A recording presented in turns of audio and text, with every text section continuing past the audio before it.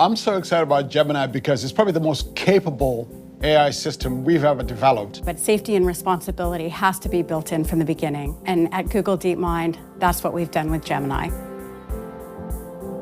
As these systems become more capable, especially the multimodality, images, audio, video, all of those capabilities also raise new questions. Going from image to text, that introduces new contextual challenges, because an image might be innocuous on its own, or text might be innocuous on its own, but the combination could be offensive or hurtful.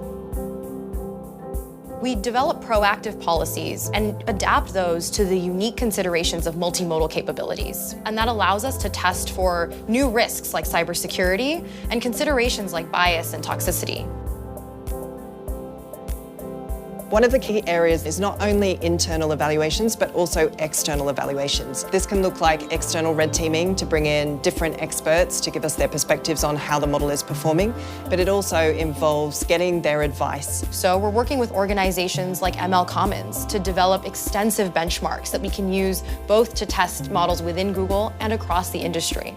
And we're also creating cross-industry collaborations via frameworks like SAFE, the Secure AI framework. It's an incredible way to learn from the industry, learn from other experts, and build that into how we're approaching responsibility at Google. It can mean that our models, our products are better for people and better for society overall.